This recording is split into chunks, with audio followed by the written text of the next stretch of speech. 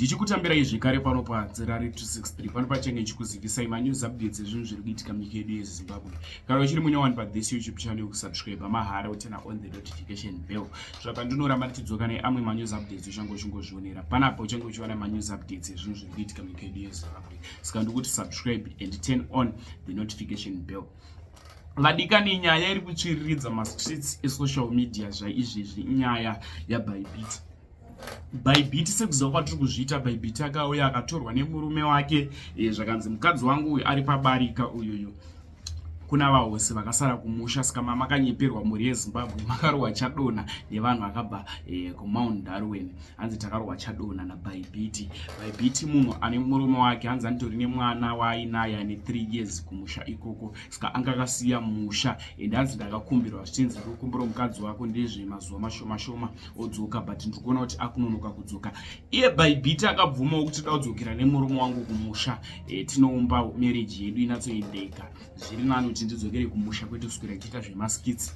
Vanhu vari kubuda maskits esocial media mwachiti aiwa idrama iri hakuna zvakadaro, manyepo, Bytbit haana murume, but vachiona vakatora Bytbit ndo vakatoita live vachiti Bytbit aizitorwa nemurume wake, ende murume wake akabva atoti I love you mukadzi wangu, tine musha tese ende ari pabarika, kuna vahosi variko kumusha.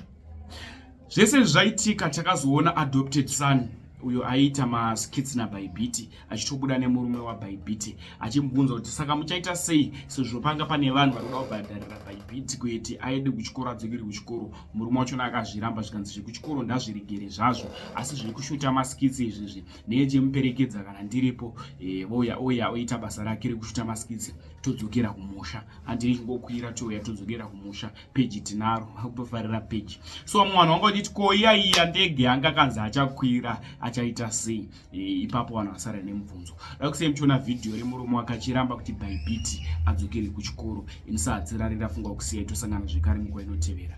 Much love. Mhuri yeZimbabwe inofunga mashoko ese mangu manzonda tinipise hands. Tina mukoma Ado sister wedu Bytbit husband wavo Mr. Trimo. So tangoti batsirana so that zvese zvingodi zvingova clear kune munhu wese. Tinomubvunza zvado kungowabvunza wango clear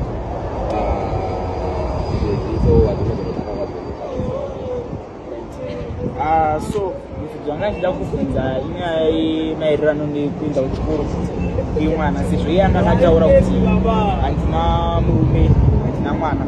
Saka ndinoda kubvunza kuti zvichiri kuchikoro uku zvichiri kubudirira here, ingopedzisa clear kuvanhu, because zvakuita zoti vanhu takuvapa confusion pasocial media. Saka mukangosiya zvava clear sezvo mati makutora musikana mukadzi wenyu kudzokera naye kuti Mount Darwin. Saka mungosiyawo mango kuti mungosiyawo mango clear kuti zvichafamba so kuti wani kutangira. Okay, inyaya yakanaka Ado. Ina handina problem, uyu mukadzi wangu Bayo, she's my wife, saka handina na problem naye. Pane zvimwe zvese zvaangachiita it's okay, munokwanisa kutokontinua ndichimusapota ini ndiripo. Asi panyaya yekuchikoro munhu wandakaroora, munhu wandinogara naye, ipapo hapasi kubudirira. Saka inoda wedziri kuti kuchikoro takutaura we half price kuti kuchikoro mwana haasi kudini, haasi kuenda kuchikoro nekuti akaroora. I think mangozinzira wachiti kana vachida kutisapota pane zvimwe advertise kana anything, zvese izvozvo hatiripo papeji, titoripo zvekutodara, asi zvemuchikoro alright. Pane mubvunzo wandoda kungobvunza, sorry ndiri kubheki kwefoni. Pane pamati ndakaroora mukadzi wangu wandakaroora, pekutanga tambonzwa kuti imi mamusati mabvisa kana tsvakirai kuno, makaroora here? Ndakaroora mukadzi wangu. Makatonobvisa? Yes. Vana mbuya vanotokuzivai? Yes. Alright, aiwa tinotenda.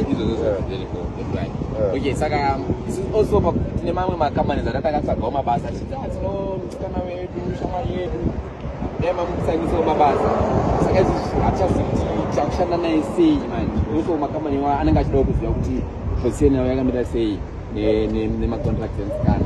Okay, inini ndatipa uyu munhu wamuri kuti musikana uyu manga musingazvizive, mukadzi wangu, zvese ari kushanda kana kuchishanda naye achashanda achibva kumba. Kana ndiripo ndomuperekedza, kana muchishuta ndiripo, tichidzokera kupi? Tichidzokera kumba, zvese zviri okay. Nyaya yekuchikoro saka munjira dzimweni dzinoitira kubva kuchimweshekera munguva kuchiitwa mazvese saka zvisine zvimwe mara zvisine zvimwe okay saka for now okay fine thank you so much kutendewo neitime yenyu maita basa saka vanonzi mayani maishumba awa hatafara nekuzivai but hatingati hamutafara nekuzivai but it's okay ezimbabwe mangozvinzirawo